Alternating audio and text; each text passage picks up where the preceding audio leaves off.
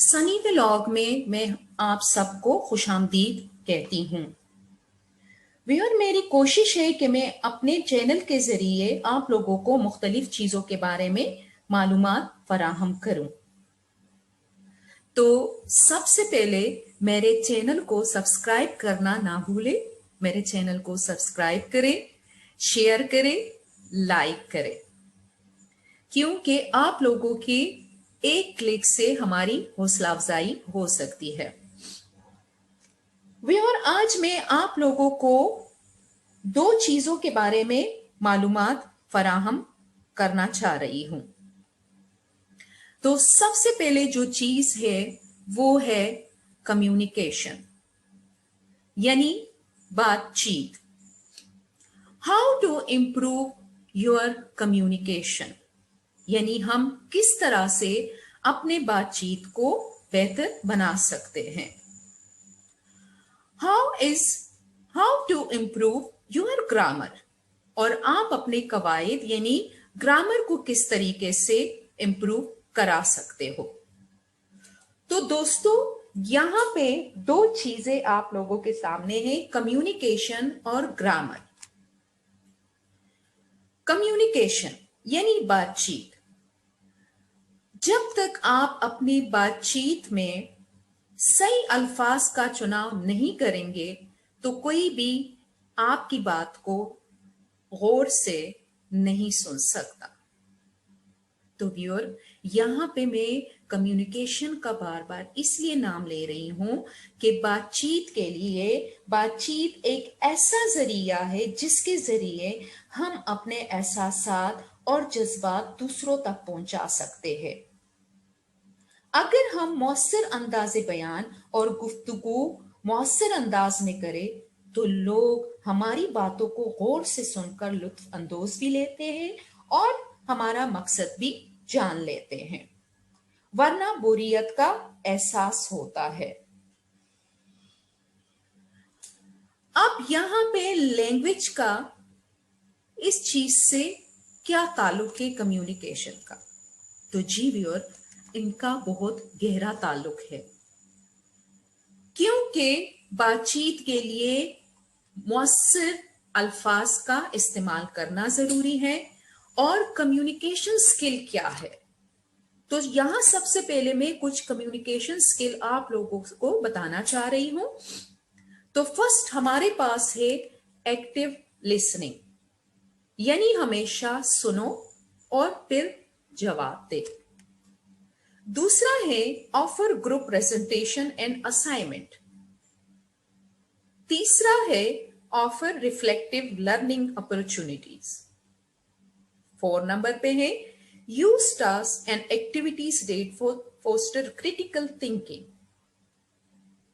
5ویں number پہ ہے ask open ended question. Last یہاں پہ ہے watching films that model conversation skill like language, eye contact, summarising and paraphrasing, responding. تو یہ کچھ کمیونیکیشن سکل ہے جس پہ عمل پیرا ہو کے ہم اپنے بات چیت کو، اپنے کمیونیکیشن کو بہتر بنا سکتے ہیں۔ اور اس کے بعد جو بات چیت ہم کرتے ہیں جس ٹاپک پہ، جس عنوان پہ، تو اپنی زبان کو ہمیشہ ذہن میں رکھا کریں، یعنی اس بات چیت کے لیے ہم الفاظ کا چناؤ کس طرح سے کریں۔ اس کے بعد نیکسٹ پوائنٹ جو ہمارے پاس ہے وہ ہے کم بولو لیکن اچھا بولے۔ ہمیشہ کم بولنا چاہیے اور اچھا بولنا چاہیے۔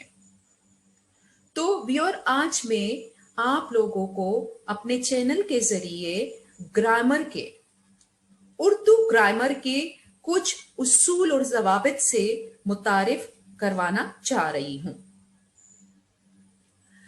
کسی بھی زبان کو سیکھنے کے لیے، سمجھنے کے لیے کچھ سکل ہوتے ہیں، کچھ اصول و ضوابط ہوتے ہیں جس پہ عمل پیرا ہو کے ہم اپنی زبان کو بہتر بنا سکتے ہیں۔ تو آج میں अपने व्यूअर्स को ये बताना चाह रही हूं कि ग्रामर जो है, जिसका बातचीत में, कम्युनिकेशन में एक बहुत अहम रोल है, बहुत अहम किरदार है, तो अपने चैनल के जरिए मैं उर्दू कवायद का फर्स्ट लेक्चर आप लोगों को दे रही हूं, और इसमें मैं आप लोगों को बुनियादी चीजों से आगाही दिलाना चाहती हूं। तो इंशाल्लाह स्टेप बाय स्टेप मैं आप लोगों को उर्दू कवायद के बहुत सारी चीजों के बारे में क्लियर करवाऊंगी। व्यूअर, ये वीडियो सिर्फ स्टूडेंट्स के लिए नहीं है, बल्कि जो लोग उर्दू लैंग्वेज को सीखना, समझना और लिखना चाहते हैं, वो भी इस वीडियो से इस्तिफादा हासिल कर सकते हैं, फायदा उठा सकते हैं। अदरवाइज ये आप समझ ले कि ग्रेड 2 के लेवल से लेके जितना भी आगे हम पढ़ते हैं, ग्रामर एक ऐसी चीज है कि वो कभी भी किसी एक स्पेसिफिक क्लास के लिए नहीं होती।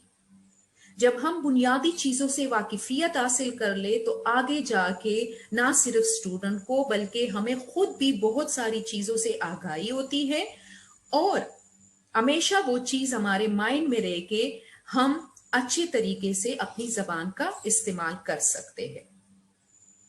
तो व्यूअर, सबसे पहले जबान के बुनियादी उसूल या कवायद जिसे हम कहते हैं वो क्या है, किसी भी लैंग्वेज से, चाहे वो इंग्लिश हो, उर्दू हो, अरेबिक हो या कोई दूसरी लैंग्वेज।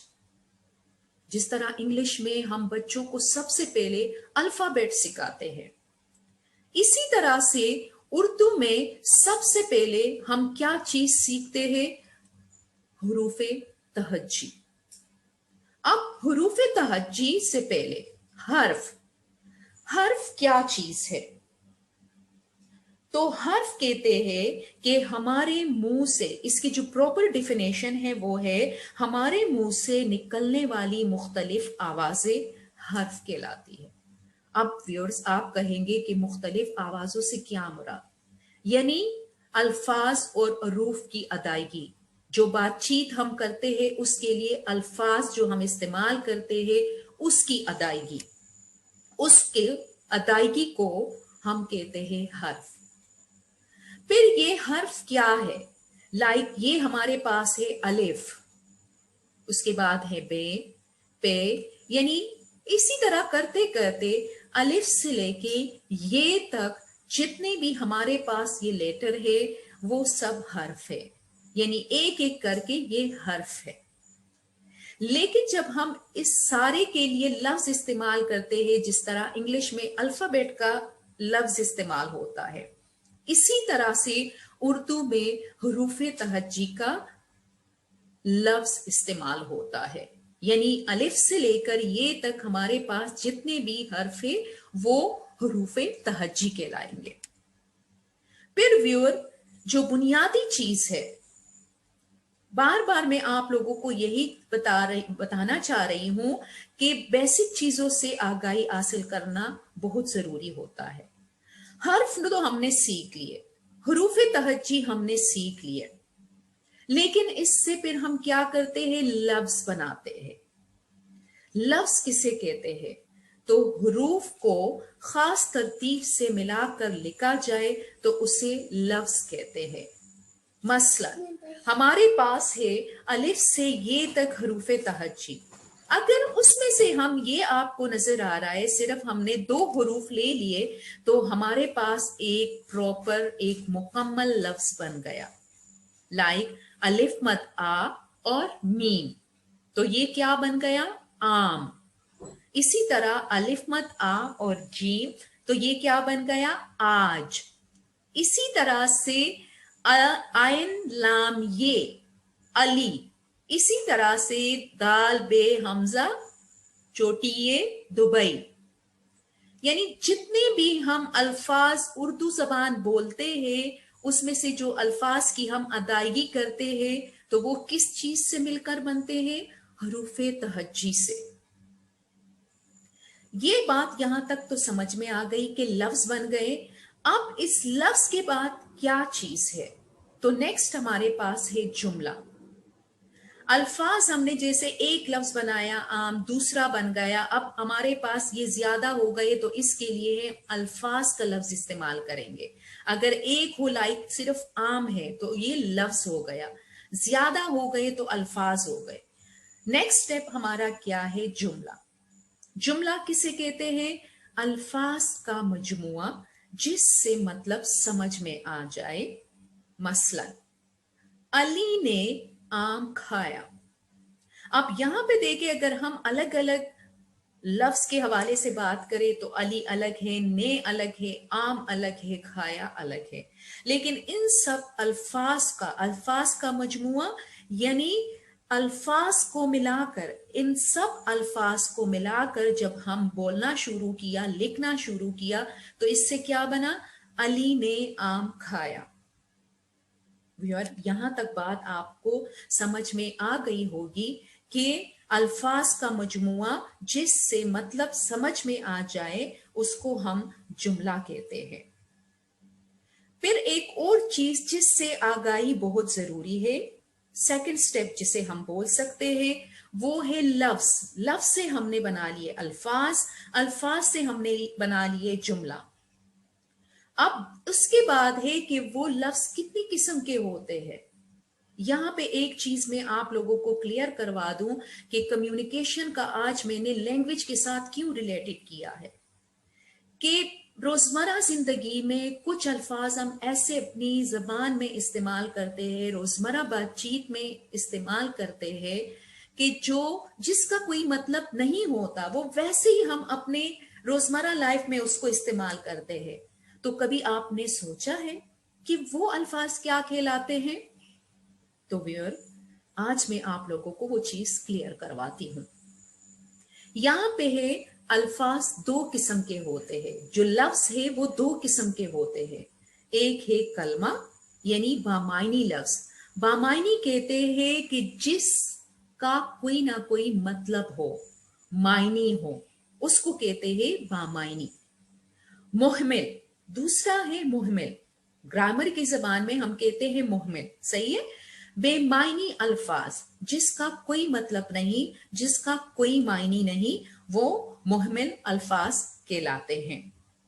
तो यहां तक आप लोगों को समझ में आ गए कि लफ्ज की कितने किस्में हैं? तो लफ्ज की दो किस्में हैं, कलमा और मुहमिल, सही है, कलमा और मुहमिल।